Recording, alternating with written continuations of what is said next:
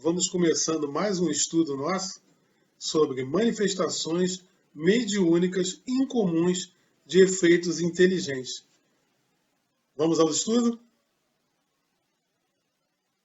Manifestações mediúnicas incomuns de efeitos inteligentes. Está lá no Livro dos Médiuns, 190 e 191.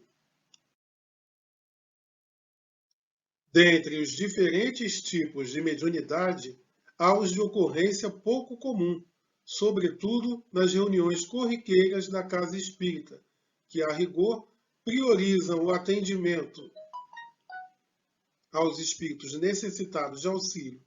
Contudo, é importante manter-se informado a respeito dessas ocorrências, assim categorizadas por Allan Kardec. A mediunidade apresenta uma variedade infinita de nuances, que constituem os chamados médiuns especiais, dotados de aptidões particulares. Bom, como o nome mesmo diz, são tipos de mediunidade incomuns de se ocorrer nas casas espíritas. Esse estudo aqui vai mais a nível de curiosidade para nós. A manifestação mediúnica de efeitos intelectuais produz efeitos ou repercussões em nível mental, isto é, o espírito comunicante conduz o médium a uma certa elaboração mental e intelectual, ao transmitir a mensagem aos circunstantes. Nesta situação, o médium é um intérprete das ideias e dos sentimentos do espírito comunicante. Como já estudamos anteriormente, então esse tipo de mediunidade intelectual é a transmissão, o médium acaba transmitindo as ideias do espírito em sua íntegra. Para que ele possa transmitir da melhor forma, o que o médium precisa fazer? Se esclarecer, estudar e se evangelizar. Vamos verificando os tipos de mediunidade que nós temos nessa modalidade de incomuns de efeitos inteligentes? Dentre as manifestações mediúnicas incomuns de efeitos intelectuais ou inteligentes, merecem destaque as que envolvem sensibilidade artística e capacidade de falar e escrever em línguas estrangeiras. A rara faculdade anímico-mediúnica, denominada psicometria, também é analisada no âmbito desse estudo. Vamos ver? Vamos começar com as manifestações mediúnicas artísticas. O conhecimento do mundo não se expressa apenas em conceitos abstratos, fórmulas matemáticas ou equações geométricas. Pela arte é possível captar a realidade de forma imediata, intuitiva e sensível. Tendo como base o sentimento, a arte se exprime por meio da percepção do belo e da experiência estética. O sentimento é o veículo que a arte se expressa, retratando emoções positivas ou negativas, tais como alegria, esperança, tristeza ou desespero. O artista é a pessoa que possui a capacidade de racionalizar o sentimento de forma a ser contemplado e entendido. A manifestação artística representa o que é normalmente chamado de experiência interior. Vejamos as canções. Quantas canções pairam na nossa memória e nos fazem voltar no tempo, lembrando momentos bons que aconteceram em nossas vidas e momentos não tão bons assim, não é verdade? Como é que o artista consegue exprimir coisas? Por exemplo, músicas, muita gente fala, música de dor de cotovelo, mas o artista ali está expressando alguma coisa que lhe aconteceu, alguma coisa que ele viu. Verificamos também nas artes cênicas, nas interpretações dos atores, como é que o ator consegue, muitos deles, né, conseguem nos passar a impressão de fato, de tristeza, de medo, de apreensão.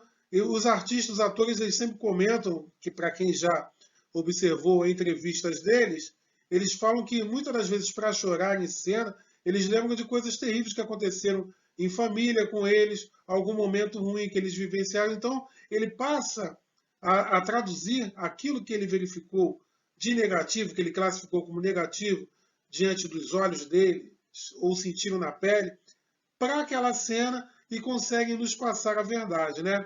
É uma interpretação daquilo que vivenciaram.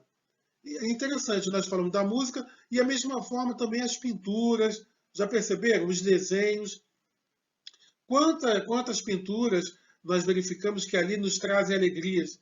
Tem gente que vê certos retratos, certos quadros, e acham que aquele quadro está exprimindo tristeza. Sabe-se lá o que o artista quis dizer ali?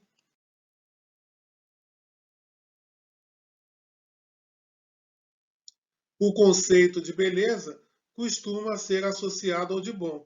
Sócrates afirmava que o que é belo é bom. Não é verdade? Tudo que a gente olha assim e acha beleza, qual a primeira ideia que exprime para nós? De que é uma coisa boa. Uma coisa bonita é uma coisa boa. É o que nós pensamos de imediato. Concordam? Por outro lado, se o belo desperta o bom, deve fazer parte da educação do indivíduo. Nesse sentido, o dramaturgo e poeta alemão Johann Schiller propôs a educação estética como forma de harmonizar e aperfeiçoar o mundo e do ser humano alcançar sua verdadeira liberdade. A palavra estética origina-se do grego aestetike, significando tudo aquilo que pode ser percebido pelos sentidos. Muitos de nós tivemos lá no início, né, no ginásio, aulas de artes, né? Pena que parece que em muitos currículos atualmente não existem, eu não tenho muita propriedade para falar sobre isso.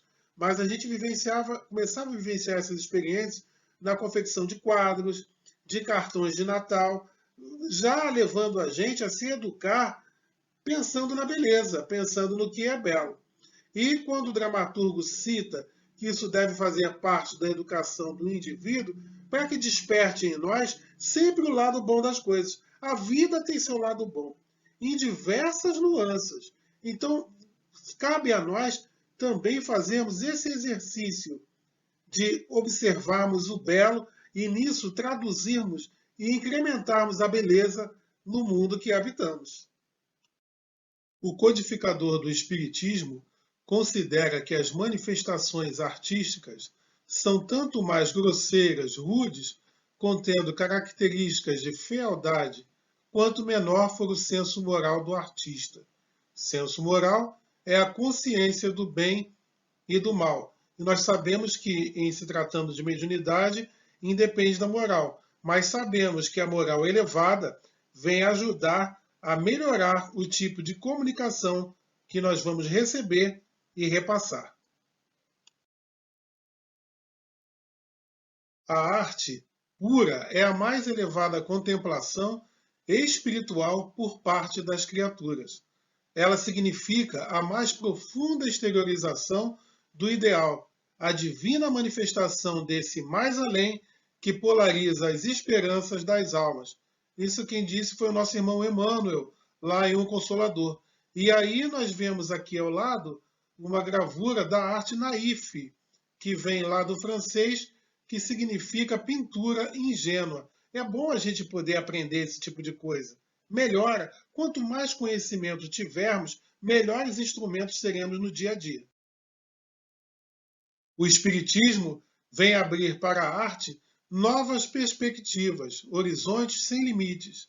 A comunicação que estabelece entre os mundos, visível e invisível, as informações fornecidas sobre as condições da vida no além, a revelação que ele nos traz das leis superiores da harmonia e de beleza que regem o universo, vem oferecer aos nossos pensadores e artistas inesgotáveis temas de inspiração.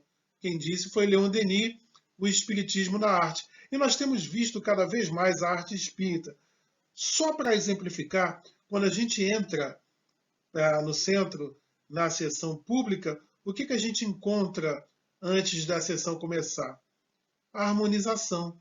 Músicas espíritas que nos ajudam a nos desconcentrarmos da vida lá fora, dos problemas do cotidiano, dos problemas que vivenciamos no ambiente de trabalho ou em casa, porque aquele momento em que a gente chega na casa espírita, nós precisamos estarmos afinizados com as vibrações positivas que foram criadas pela espiritualidade naquele local. Nós precisamos criar campo e dar abertura para que possamos receber as benesses dessas boas vibrações. Da mesma forma, quando a palestra termina e muitos de nós nos dirigimos às câmaras de passes, faz-se necessário que o nosso pensamento esteja elevado ao alto. E por isso, desde aquele momento da música espírita, em que a gente ouve, vai se harmonizando, vai se acalmando, a gente vai criando campo para isso. Caso contrário, se a gente entra na câmara de passes com o pensamento nas contas que não pagou, com a briga que a gente teve dentro de casa ou no ambiente de trabalho, aquele passe que nós estamos recebendo não vai nos adiantar de nada. Sabe por quê? Porque nós criamos barreiras para recebê-los. E muitos saem do centro dizendo: puxa, saí do centro pior do que quando cheguei. Mas se esquecem que não se ajudaram. E tudo precisa da gente se harmonizar e se afinizar com as vibrações que estão diante de nós, ao nosso redor.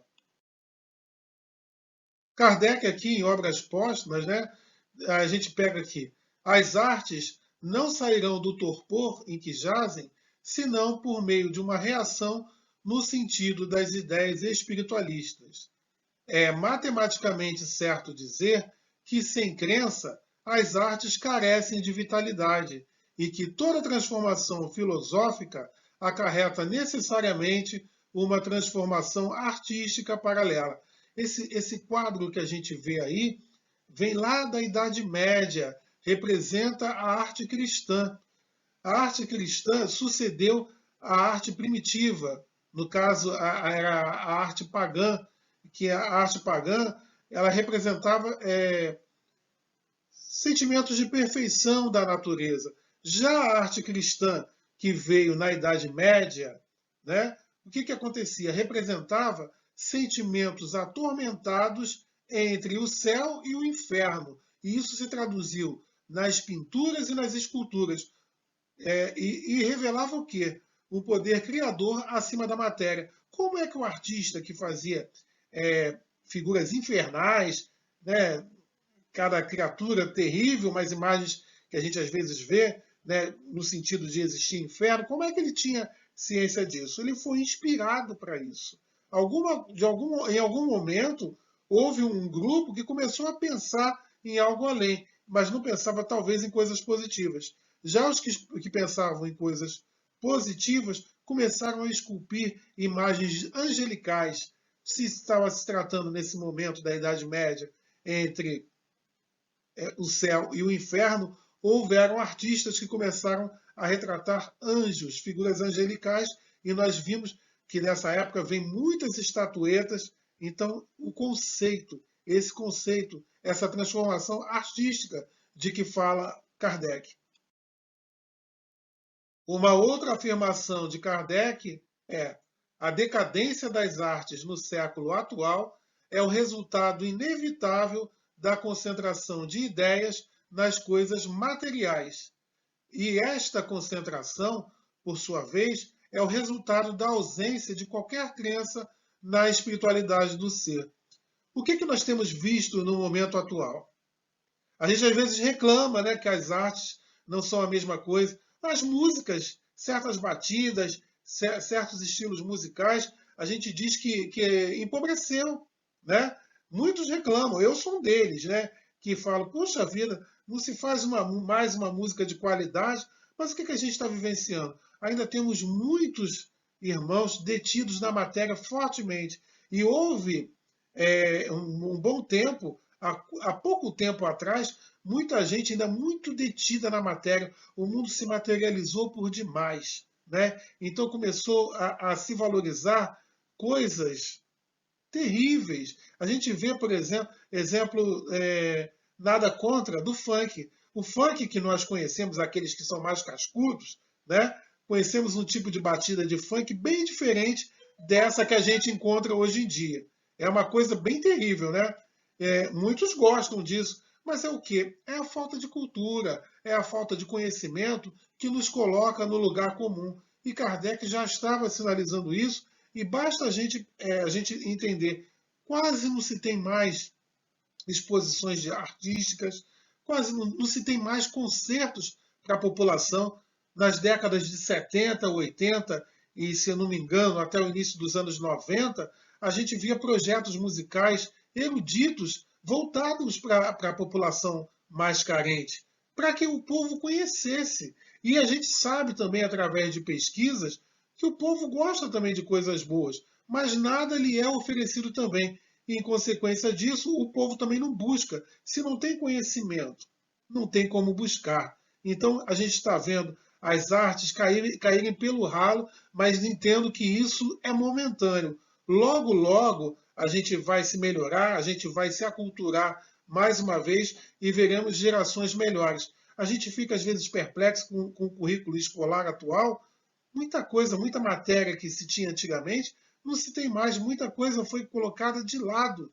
Então, são movimentos, que não cabe aqui agora na nossa conversa, mas são movimentos sociais que precisam ser implementados de novo e aperfeiçoados até daquilo que existia anteriormente. Então, quanto mais a gente buscar cultura, quanto mais a gente buscar conhecimento, através da música, através da pintura, através da leitura, que é muito bom, seria muito bom se todos se interessassem um pouquinho mais por história. Tem gente que não sabe nem a origem do nome do bairro que habita. Né? Tem gente que nada sabe de história aqui da nossa cidade, que tem uma história rica. Os subúrbios têm uma história rica. Muita gente não conhece. Quer dizer, quanto mais cabedal a gente tiver, quanto mais a gente tiver lá registrado na nossa caixa preta, lá no nosso corpo mental, mais conhecimento, melhor será para nós enquanto individualidades. Melhor será para nós espíritos. Uma vez adquirido conhecimento, nunca mais será perdido. Isso facilita muito a nossa existência. Vou dar uma pausa agora e a gente continua na parte 2.